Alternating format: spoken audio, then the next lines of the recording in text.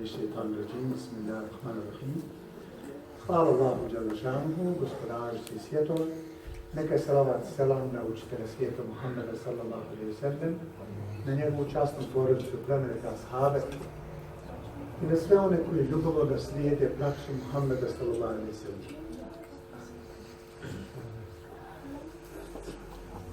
Drage braće i sestre, lijepa djeca, assalamu alaikum wa rahmatullahi wa barakatuh. Nakon zahvala Allahu Đelešanuhu, zahvaljujem se uvaženom ahbabu Nedžad Efendi, predsjedniku džematskog odbora, svima vama, roditeljima, majkama, očevima i djeci našoj ovdje, koji ste svojim prisustvom i svojom brigom i pažnjom samo potvrdili riječi Muhammeda sallallahu alejhi ve sellem u kojima stoji da je kazao: uvijek će biti od moga ummeta oni koji će se držati istine. U svakom vremenu. Ovo vaše prisustvo upravo potvrđuje to. Bez obzira na kušnje, bez obzira na napade i uvrede, bez obzira na stav i odnos,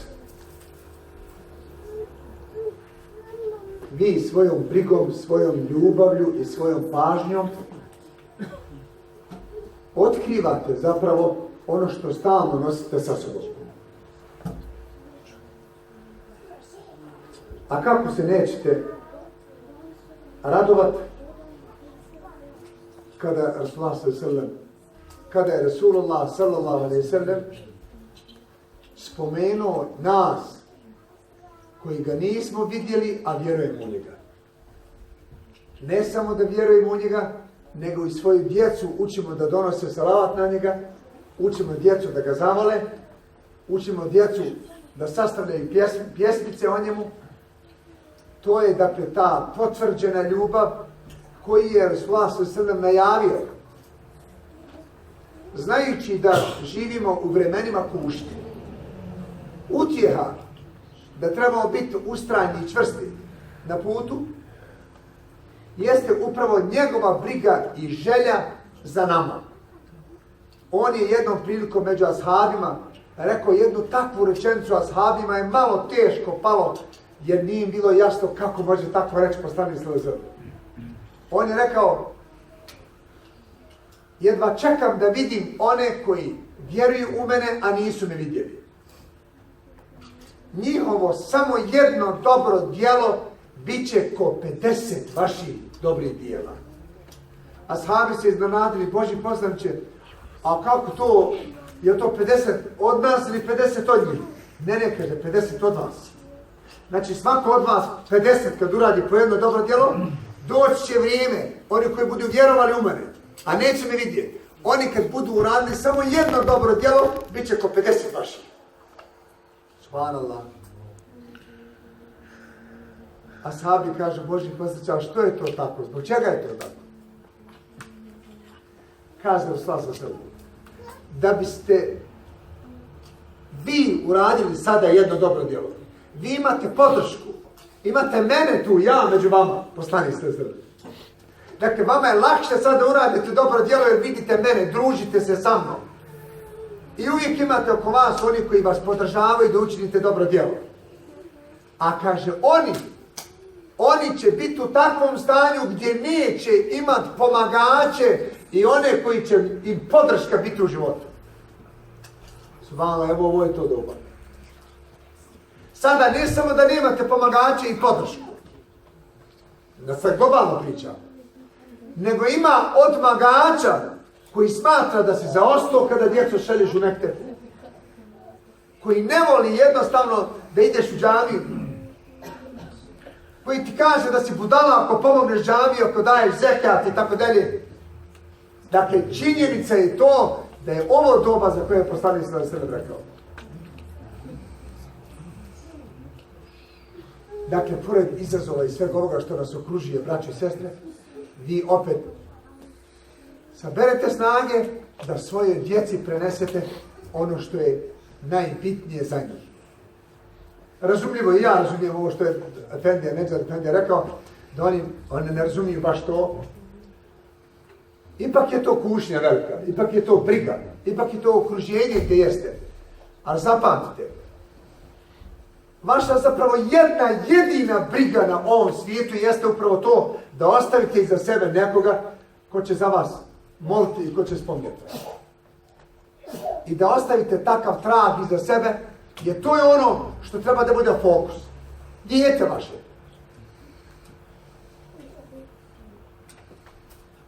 Jer po tome se zapravo i vidi porodica. Znate šta je sa njihovom djecom? Mi živimo u vremenima sada gdje omladina maltene je izgubljena. Mi živimo u vremenima gdje jednostavno djeca u 15. godini, u 14. godini, čak i u 11. godini, oni su prezasićeni svim i svačim i odmah ulaze u polje nasilja, u polje ubijanja i tako dalje. Nažalost, to je sad globalno, zato što nema one brige za djecu. A poslanik sallallahu alejhi ve sellem je naredio, rekao je, podučite svoju djecu da znaju Kur'an i podučite ih da vole poslanika Muhameda sallallahu alejhi ve sellem. Podučite ih da vole poslanika sallallahu alejhi ve sellem. I oni od koga će naučiti ako neće od vas. Ja znam da mi često tražimo razlog okruženja. Mi kažemo kao neko opravdanje i tako okruženje i tako da djeca šta ćeš? Ne, samo ti odredi šta je tebi fokus. Čak mnogi znaju da kažu ovdje pa mi zbog djece živimo. A? Ako je to ukras, a je sigurno ukras, Allah dželešanu u Kur'anu kaže da su djeca ukras. Da su oni ukras. Ali nešto čime se krasi vaš život, nešto čime ćete vi moći da ono što nosite sa sobom, da pretočite, da prenesete svoje djeci. I kroz to se vidi taj ukras, kroz vas.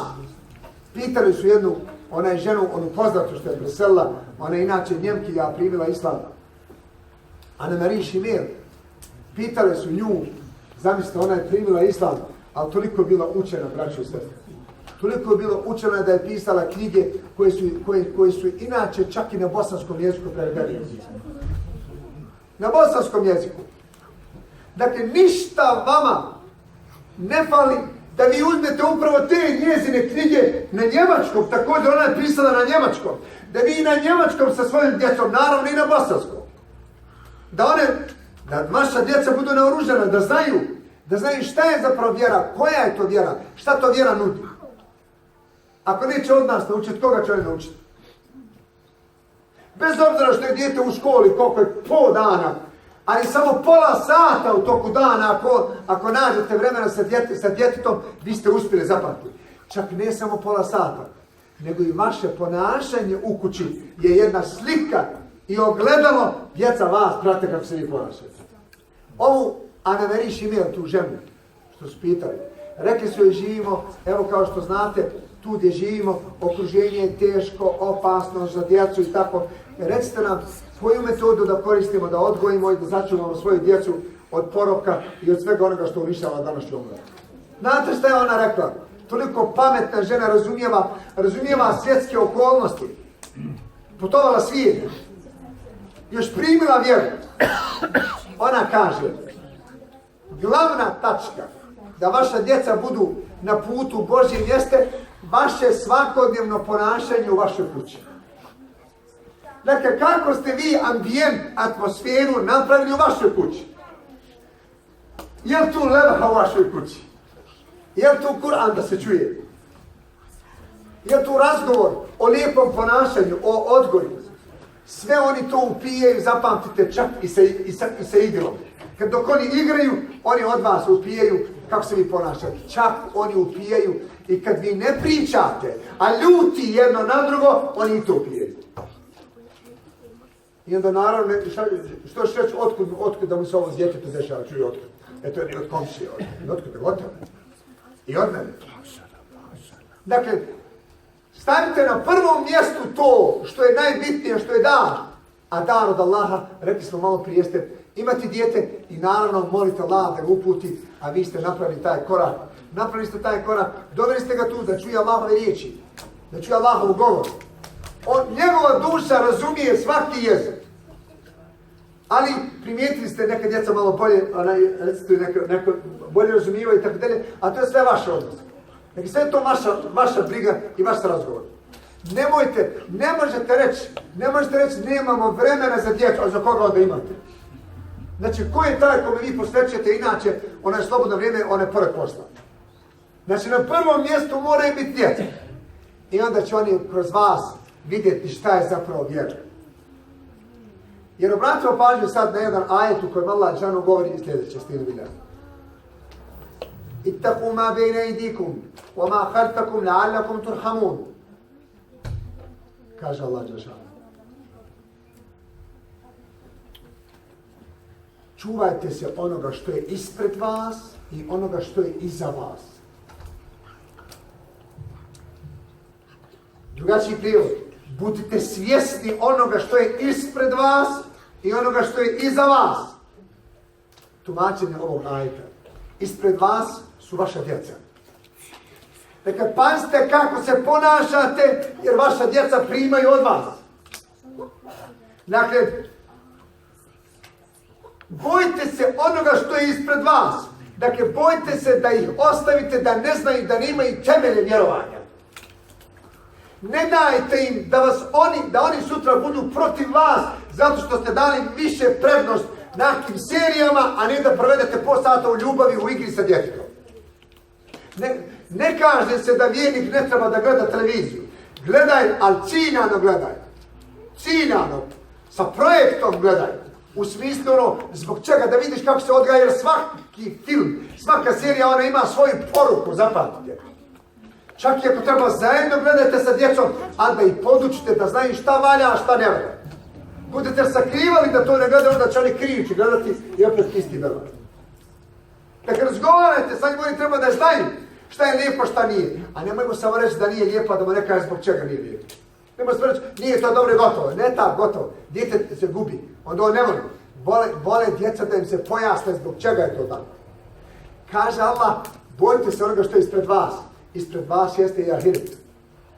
U smislu, budite svjesni ispred vas, jer čeka vas to. Dalje, budite svjesni onoga što je iza vas. Iza vas su također djeca. Vi ostavljate vašu djecu iza vas.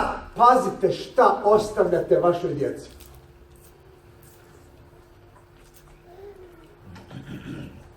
La'allakum turhamuna, ako želite da vam sa Allahom milost spusti. Vi dobro znate, jel, kada vam je potrebno nešto djetetu da nauči neki jezik, jel, investirajte i dajete mu da nauči jezik da bi dobio posao, jel tako? I sigurno je to tako. Jel, ja šta sine idim, još ti rekli dijete, babo moram da naučim jezik da bi bio primjen na tom fakultetu. Ili moram dovršiti jezik, specijalizirati jezik da bi bio primjen na tom i tom poslu. Jel, ne želite da biste to, a onda vaše dijete to nauči. Ashabi su toliko vodili računa kako će da djeci svojoj budu primjer i kako će da se vidi njihovo ponašanje kroz njihovu djecu nakon što mi presvojimo. Gledaj šta je uradio, kako su djecu učili ashabi. Jednom prilikom Hazreti Omer radijallahu anhu šeta ulicom i djeca se nešto igraju se nešto i sad vidjeli da ide Hazreti Omer, oni se malo kao prepali. Eto Omera i počne da bježe. A samo jedno dijete je stalo tu ispred i išto onako ponosno stoji i čeka. Kaže Omer, iznenadio se, kaže, mali, selam alejkum. Kaže, sva djeca su pobjegla, što ti nisi pobjegla? Kaže što bi ja kaj pobjegla? Prvo nisam uradio grije, nisam ništa loše uradio, a vidim put je širok, moraš proći. I on je počastio to dijete i roditelje njegove, jer kroz to je vidio da dijete zna kako da razgovara, kako da priča, a malo dijete. Vi znate dobro, evo kao rijetke primjere i sad imamo da djeca znaju sve u 6. godini, 4. da znaju Kur'anu da uče. hafize da postane, tako dalje. I u 21. vijeku. I ko kaže da nema se vremena. Znači, kad nešto voliš, kad nešto znaš da je bitno za tebe, kako ti to naučiš, onda i ti kako hoćeš. Za dunjaluk znaš da ti je bitno požrtvuješ akama zahiri.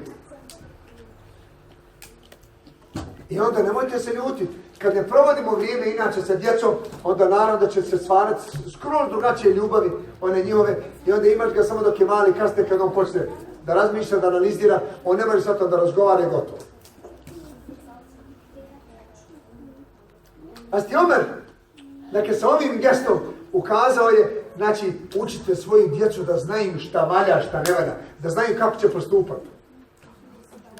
A spominje se da je Resulullah s.a.v. jednom prilikom rekao jednom ashabu, kaže, slušaj, haj, kaže, onaj sutra mi dođi sa tvojim sinom. I on pogled svog sina, je došao u slavu svoj srni, sjeti se pored njega. I sad mali bio u godinama, poput sad ove, sad su učiti ovako mali, naši dom. 3-4 godine.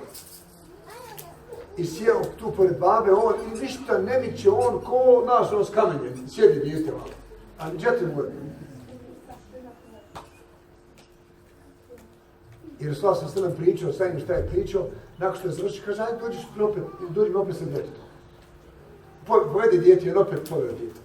Isti slučaj, sve isto, onako dijete sjedi, onako ono. I treći put Resulullah njemu kaže, dođi sutra opet sa djetetom. I on njemu kaže, slušaj, kaže, šta je sa ovim tvojim djetetom? Kaže, što Bože postaće? Pa on je, kaže, u doba, sada gdje treba da skače, da ide da. Kaže, što se ovako ponaša? Kaže on, pa ja sam mu zaprijetio, kad sam tebi došao, da ne smije mrdnuti. Kaže, Resulullah s.a.v. sluša.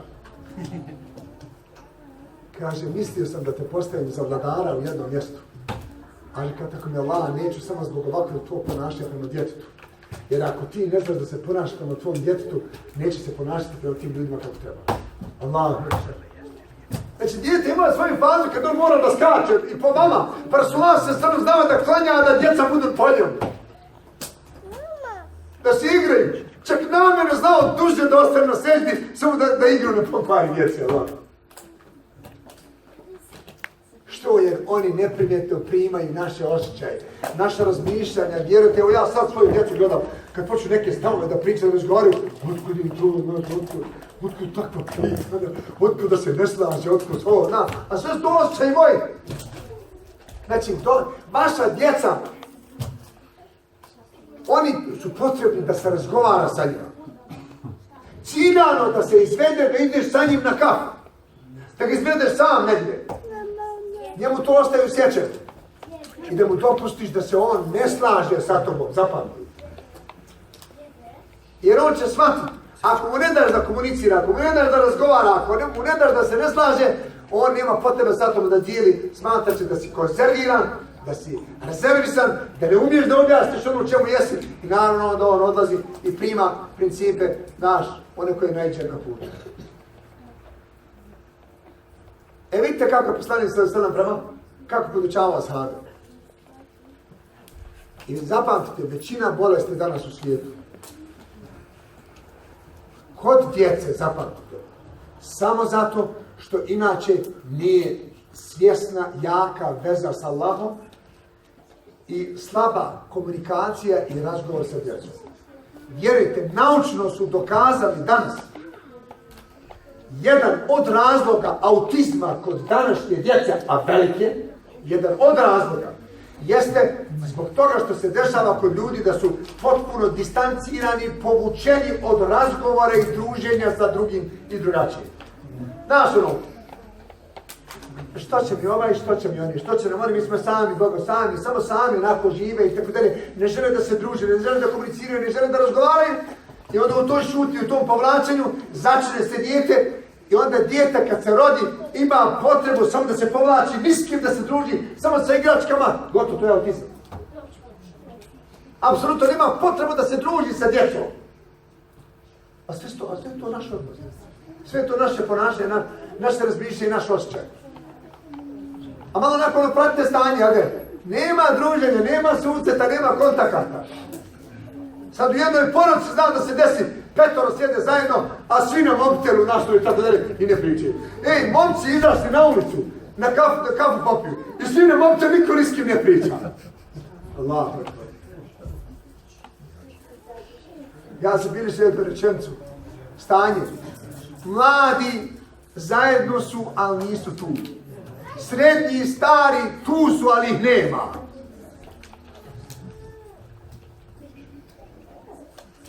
Sve do nas. Sve do našeg odnosa, sve i od veze naše. Onoliko koliko mi imamo zdrav odnos prema ono što Allah od nas traži i djeca polako primaju od nas. Dijete voli inače od nas da ga mi uvodimo polako u one osobine. Čak ono kad navikne, kad voli, onda on tebe podsjeti. Baba, nisi mi pročitao onu priču navečer pred spavanje. On samo umoran, on što da zaspija, kad ne priča mora. Što, znaš što je on to zavolio? Pričaj mu događaj, pričaj mu šta je lijepo. Razgovaraj sa njim. Igraj se sa njim. Pusti ga, nek ti slobodno ispriča šta je doživio u školu. A ne da mora da krije. Čim mora da krije, gotovo, odmah završena stvar. On već mora to s nekim da podijeli, gotovo. Ako neće sa tomom da podijeli, onda on zna se podijelit će na drugom mjestu. Jedan će čekat da ide otkuće, od kuća mu dođe samo Konstanca jedna. Dođe tu da pojede, eto da popije, da se okupa, da obuče on i odmah ide. I da čeka da ide.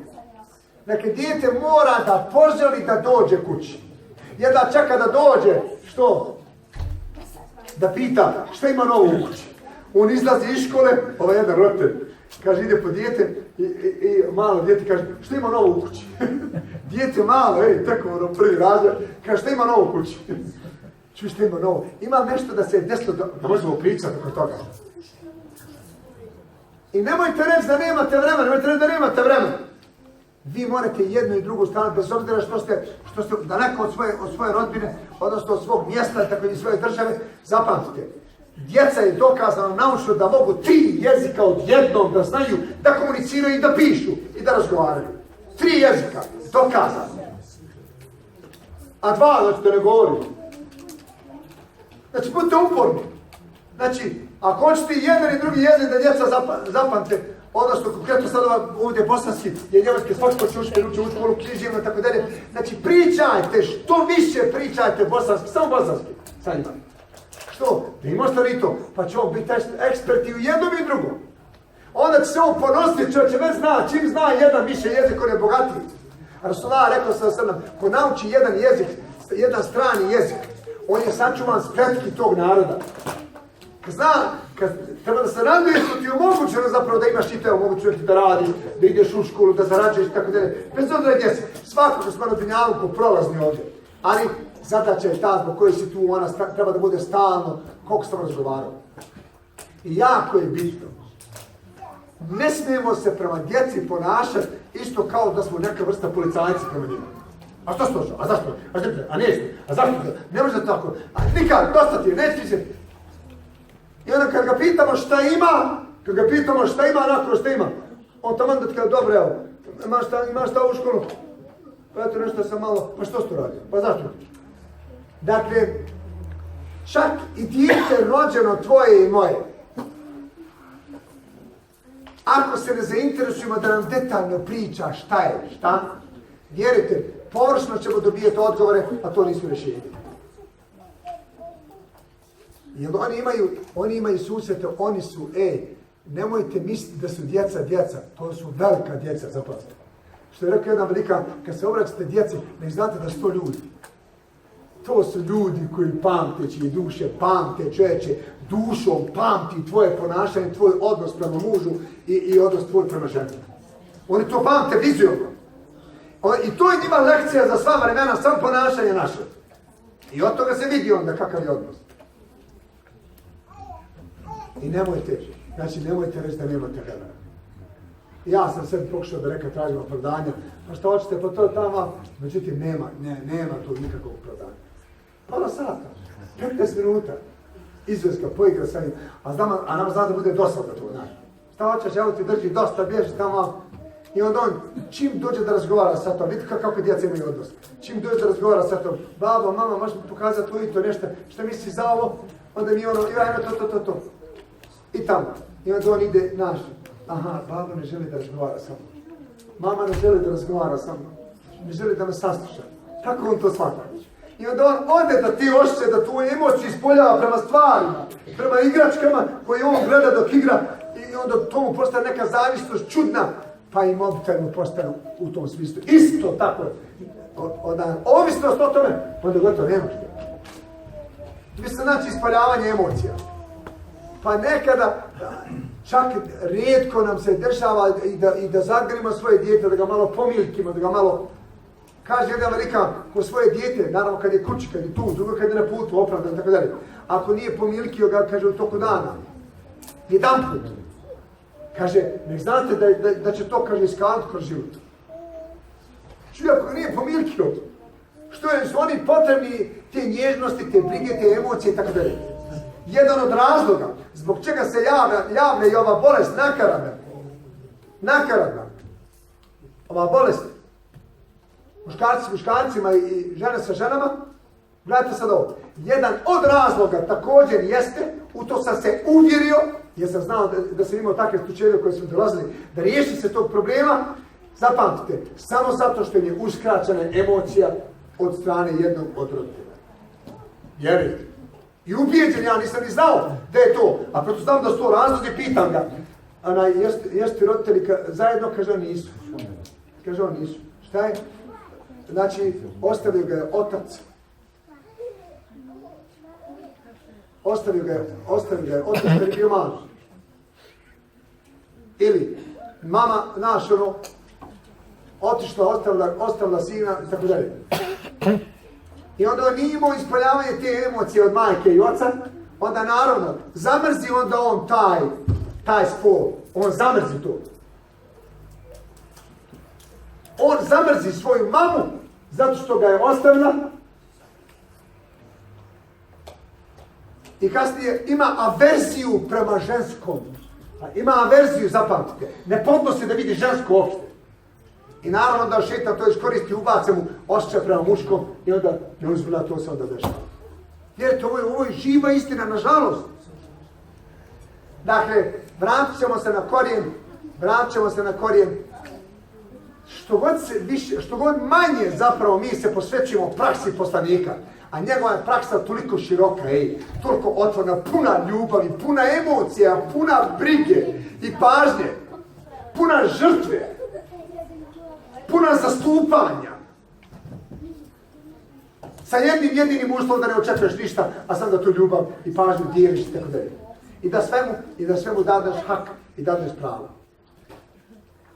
Čim nam zafali ta ljubav, čim nam zafali ta ovisnost o Allahu, onda naravno da će se javljati ove današnje ovisnosti koje su i takako preplavine nas. Smatramo da je život srediti stan. Evo kako je stanje došlo. Sad, ako si ga sredio i sredila, nemaš kome da ga pokažeš. Nema ko da ti dolazi. Tako kako nezgodno, napisali sredi stan i nema niko da ti dođe. A stan inače 500.000 eura.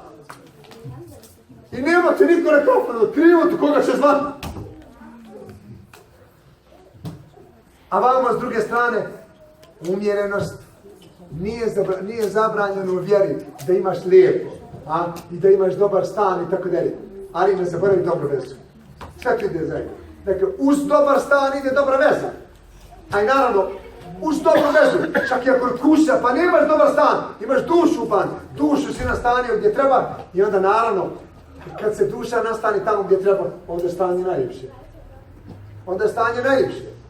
A kada čovjek svojim ponašanjem prouzrokuje da jednostavno počne da mrzi sebe i da otvara polje jednostavno uključivanja ovog prokletog šejtana koji on svoje ideje, svoje misli navikavate samo pesimistički da razmišljaš, da se osjećaš, onda naravno na kraju viš da se ne isplati živjeti. Ubij se ti slobodno i naravno da stakvrla ubijaju se i naspratu da Allah sačuva šta se dešava. Dakle, napravite, braćo i sestre, napravite taj nivo te brige na jedan nivo, da vam to bude konstanta, da vam to bude svakodnevnica vaša. Svakodnevnica da vam bude. Znači, i dok je mali, pogotovo dok je mali. Znači, razgovarajte, družite se. Znači, ponudite im, evo, hvala, imate, evo, prostorije, imate sve lijepo. Znači, Uključite se tu, otvorite što više vaše mogućnosti koje imaju. Svako od vas je nešto završio. Dajte, kogod ima smisao da može da kaže, da je nešto naučio, da je pročitao, dajte nek s vašom djecom razgovara. Pogotovo ličnosti koje su uspjeli u poslovima, čak i ovdje, a vi ste to za kratko vrijeme postigli. Dajte ti bilo da pričaju sa njima i na njemačkom. Istovremeno, onda i pričaju na bosanskom i tako dalje. Znači, da oni vide da su dio toga. Da može biti tako uspješan, da čuva svoju kulturu, svoju tradiciju, svoju vjeru, neke svoje ponašanje. To je ono što čini vjernika vjernikom. Jer vidite kakva se slika danas inače predstavlja, kad su pitaju muslimani. Ono što je rekao Efendija, istina je da mnogi su muslimani samo po imenu muslimani. Dakle, mi smo samo ono slikli samo po imenu. A to nema veze sa islamom. Dakle, vi svojim ponašanjem potvrđujete samo suprotno. Pokažite suprotno. I onako vam je Allah Đelešanu dao kao naciji. Kao naciji. Dakle, Bošnjaci. Dao vam je takvu mogućnost da imate tu sredinu, da ste imali tolike velike kušnje. Sa svih strana. Da vas prisvoje oni i tako dalje. Međutim, vas je Allah zaštitio da i pored toga sačuvate tu kulturu i vjeru sa sobom i da budete fleksibilni u pristupu i razumijevanju vjere. Zato ste sigurno današnja adresa za mnoge u svijetu da vam se obraćaju, da vam kažu kako ste vi to uspjeli, na koji način. Što? Zato što pokazujete jednu i drugu stranu. Pokazujete uspjeh u poslu. Doktori. Dakle, doktori nauka, doktor informatike, doktor ekonomije i tako dalje. Automehaničar, dobra stručnjak, tamo. Šta se dešava? I on vidi jednostavno da ti klanjaš i postići sve to. A komunikaciju najljepšu imaš sa drugim. Naravno da se oni zapitati ko su ti. Ja sam se uvjerio, pošto puno putujem inače po svijetu, uvjerio sam se i kod Njemaca, i kod Šveđana, i kod Švicaraca i tako dalje. Javno sam pitao čak i jedne i druge, dakle, te nemuslimane, oni tačno uzimaju adresu za dijalog, uzimaju Bosanci. Zbog čega? Zašto? Zato što imate upravo tu fleksibilnost, imate i vjeru i nauku zajedno. A kad to dvoje ide zajedno, onda to uspije. To je pravi uspjeh. Dakle, ne namećete vjeru. Nego jednostavno svojim ponašanjem je reklamirate i promovišete na najljepši način. Naravno da će se zapitati svako onaj oko vas. Da rekne, kako je ovo, kako su ovo ljudi, kako je tako uspješan, kako zna, kako govori 10 jezika. Šta je onaj naš iz Bosne i Hercegovine? Onaj Mešić, jel da? 57 jezika čovječe govori, razumijete? Isto znači, kad kaže šta ja mogu sam, pa gledaj šta jedan čovjek sam napravi, gledaj. Digne na nivo, čovječe, svijet digne. Čekaj, ko su ti ljudi? Kako je to moguće? Čak ga pita voditelj jedan u Sarajevu, jeste tu, kaže, kako je tebi lijepo što znaš puno jezika, ono što kažu, imaš po svaku curu, kaže, na drugom jeziku, po aerodromima. Kaže, on njemu gluho bilo. Ovaj kaže, što govori jezike, kaže, gluho bilo. Što? Bez obzira, ja ne znam jezike, ne učim jezike da bi zloupotrijebio čast bilo čiju.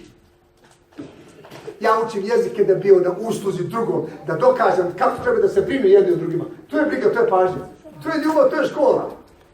I sad se, a nisi čuo kako je postigao, kako? Pa ljubav i brigu. Kako nisi stigao, radi li on inače? Čuj, radi. Ne sjedi, valjda. Naravno da radi. Čisto znamo da imamo razlog, posao da ne možemo stići. Nije džaba rekao, stoji predaj, ovim ću završiti inšallah. Stoji u predaj da su ashabi govorili, onaj ko zanijeti ovaj svijet, naumuje ovaj svijet, zanijeti samo ovaj svijet, radi samo za ovaj svijet, Allah će mu dati kad je skobnu prsima, glav u očima i nafaka će mu biti razbacana po svijetu. A onaj koji zanijeti onaj svijet, zadovoljstvo će mu dati u duši. Allah kad daće mu unosan posao i kaže, nafaka će mu biti blizu i priđen. To je to. Mi, zapamtite, nijetimo i onaj svijet, dajući prednost onom svijetu, jer Allah kaže u alel ahiretu, hajru leke min ula. Ovaj drugi svijet je bolji od ovog prvog. Rekao je bolji. Nije rekao da ne valja ovaj prvi, a? Nego rekao je bolji od ovoga. Znači, dokaži da je bolji. Jer nije život ono što vidiš, zapamti, nego je život ono što osjećaš. Ona kažu, ovi filozofi danas, a moderni koji analiziraju i Platona i Aristotela i tako dalje, oni kažu, onaj ko više ljubi tijelo, materiju, nego dušu, on je začaran. On je začaran, on je izgubljen čovjek. Danas je takvo stanje, ljubi se više materija, a zapostavlja se duša i briga za dušu. Kad nema brige za dušom, vidiš onda kako ćeš biti sa brigom neopisivom. Nije više to za doktora, nije to bolest za doktora. Pa danas najviše bolesti koje jesu. Najviše bolesti koje postoje danas. Upravo doktori su od toga digli ruke. Što? Jer nije medicinska stvar uopšte. I onda svali na ono stres. Znaš, anksioznost i tako dalje, depresije i tako dalje. To ti je, znaš. Ja sigurno ima neki stres u kući, jesam. To ti kao ostalo i tako to. A mam, pa ima ko da nema stresa. Nego čiji je uzrok, koji je problem, zašto se nalazimo u tom stresu? Ne može, tu nauka ne može odgovoriti. Može odgovoriti ako bude uključila istraživanje duše i stanje duše kroz koje ona prolazi i ako bude istraživala uzroke istinske koji prouzrokuju inače sve bolesti s kojima današnja modernost inače ne zna da odgovori. 150 vrsta strahova su otkrili čovječe da postoje. 150 vrsta strahova. Bile si i strah od straha. Eto i to ima. Strah od sebe, strah od sjenke, strah od ovoga, strah od nepoznatog straha. 150 vrsta strahova. Pa ja, što je god manja veza, slabija veza sa Allahom, odmah strahova čovječe, to je bolesti ljudi. A ljudi koji su u strahu, zapamti, onda on svakom smatra neprijateljem. I ovo što je napad, zapamtite, napad na muslimane danas u svijetu, nek znate ovo dobro, samo zato što smo mi dopustili da im se strah proširi, jer oni ne znaju šta je vjera. A kad nešto ne znaš, to je onda strano. A kada zna za tebe, kada zna tvoju kulturu, ti njega pozvao na program. Ti živiš u Njemačkoj, pozvao si ga na glavnu manifestaciju da dođe taj gradonačelnik, da i on bude prisutan tu, da i on proba baklavu, da i on proba zvrk pite tu, da on sluša da vidi šta je. I da na njemačkom kaže, sad neko progovori na njemačkom da kaže kakvo je ponašanje. Šta žele? A vjerujte, najviše se dosta postiže ljudi to. Znam dosta ljudi koji su ispred država, gdje sam inače putovao. Znači oni koji su zaduženi za vjeru. Da vidite njihove izjave kad inače na manifestacije dođu, gdje imaju inače Bošnjaci manifestacije, oni sa velikim hvalama i pohvalama izražavaju se kad kažu vi ste dio nas. Mi bez vas nema, negdje sam bio sad prosto, ne znam, možda prije 2-3 mjeseca, znate šta kaže, Islam je dio nas, kaže u ovom gradu, zamisli to čovjek, naš stranac, dakle, gdje žive muslimani, tu kaže, Islam je dio nas ovdje u našem gradu, jer mi imamo suradnju, mi djelujemo i tako dalje, uključeni svi u rad, a svako je od vas uključen u rad, tu gdje radiš. Sigurno ne, svi su oko tebe koji te okružuju, drugi, dakle, da nije musliman. Znači, iskoristimo tu priliku. I onda naša djeca, kad vide taj naš odnos prema drugom i drugačije. Rasulullah s.a.v. je imao najbolji odnos prema drugim i drugačije. Čak i prema onom koga je vrijeđao, koga je mrzio, koga je napadao, on je imao najbolji odnos i time je osvajao srca i to je put. Zato, investirajte u provođenju vremena sa vašom djecom u mektebu, u džematu, zapamtite i igra. Evo ja ću jedan primjer, ovaj primjer često ga spominjem. Gdje se inače ne vole da klanjaju. Nakon, znaš, džaba znaš što njemu sad igra, on ne poznao to. I moje dijete isto, znaš, sjećam se, da. Hajde da klanjamo, prvo se igraš sa njim, igraš se nešto. Nake, džiđi, znaš, igraš se sa njim. I on kaže, hajde da klanjamo. Kaže on, jo, neću. Tako, dobro, ja odo, hajde ti, ja odo. I ja uzmem one lego, znaš, poredam ih ovako u safu, znaš. Postoji ovako izjel, poredam u safu, znaš. I kaže, poredajte se fini si u zemlju planeti. Ja se obraćam negom, ali znaš, kockice. Rekao, posapajte se fini, digao sam mu ovako ruke, ovako. A on vidi što ja radim, on voli igru. On vidi što ja radim, kaže on, ostavi i meni mjesto. Znači njega dolazi i on stane sa njima. Znači, uz igru. I njegov namaz nije ono sjeti, klanjaj 10 rekata, njegov namaz sam nek padne na seždu. Jednostavno piti koliko mi rekata još. Ja ću kak klanjati onaj moj namaz, a njegov namaz je samo padne na seždu, kao hvala te, što si mi dao mamu, što si mi dao babu, što si mi dao školu, što si mi dao to, samo napravi što si mi dao igračke, kamioni, traktori, i hvala te i ustane. I to je njegov namaz, dosta. Znači on će kroz to zavoliti jer je to njegov namaz, to je njegova kriška za dušu, a ne ti njegova teravija da klanja. Neću više nikada. Što jer oni gledaju drugu djecu, druge djece nemaju to. Znači to je odnos koji je nama potreba sa našom djecom, da se emocija, da se ljubav širi, bez obzira ko je taj ko to okružuje. I svačije dijete gleda ko tvoje dijete, a neko što je jedan, baš kaže dvojica Efendija, sjećaš, to je jedna šala, ali istina je to, znaš. Ali, kaže, pita Efendiju, kaže, kako Boga ti s djecom umehtio? Kaže, ma ko tuđa djeca? Kaže on, a otkud tuđa? On njemu kaže, pa otkud tuđa? To su naša djeca. Ma dobro, ja sam ga pogriješio.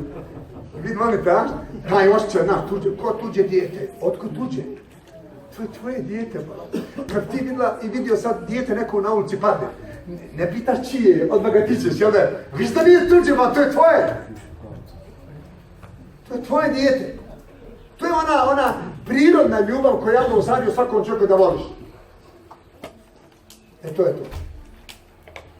Obradovalo me da vas Allah nagradi, što sam vidio baš jer kroz njih se vidi vaša želja i vaša briga. Dakle, i to što ne zna imate s ljubavi, da čeka da kaže, da čeka da pročite, da čeka da, zna da je to lijepo vama, da? I onda odmah je njemu lijepo. Odmah je njemu lijepo, niko ne razumije, tako dalje. Pa mnogi ne razumiju Kur'an, opet uče i klanjaju za imamom, tako dalje. Ali naša obaveza da mi učimo ono osnovno, što je primila Islam, što je govorila, kaže, kako mi je drago kad sam naučila što znače sure koje znam na pamet i ja klanjam namaz. Onda dok učim nekako kao da razgovaram sa gospodarom. A poslanik je upravo rekao, kaže, kad stanete na namaz, nek znate da razgovarate sa Allahom. A kad učite Kur'an, nek znate da Allah sa vama razgovara. Neki to je odnos. Ono što je ostalo, što svakodnevno se radi, sad fali uzme prijevod pa naučiti. I kroz pjesmicu razgovaram sa svojim djetetom, one kući pred spavanje i tako dalje. A makar pred spavanje, eto i to da ima. I da vas Allah nagradi, molim Allah ženu da dade još veću ljubav i brigu i pažnju za djecom, kako bi oni bili uzor inače zajednici gdje žive i da budu ponosni oni koji će širiti vjeru u Islam na najljepši način, bolje nego što mi širimo. Molim Allah da ih podrži, da vas podrži, da budete podrška najljepša djeci vašoj i da oni se ne stide gdje god da dođe, da budu ugledni na ovom i onom svijetu i hvala na pažnji. Selamu alejkum. Amin.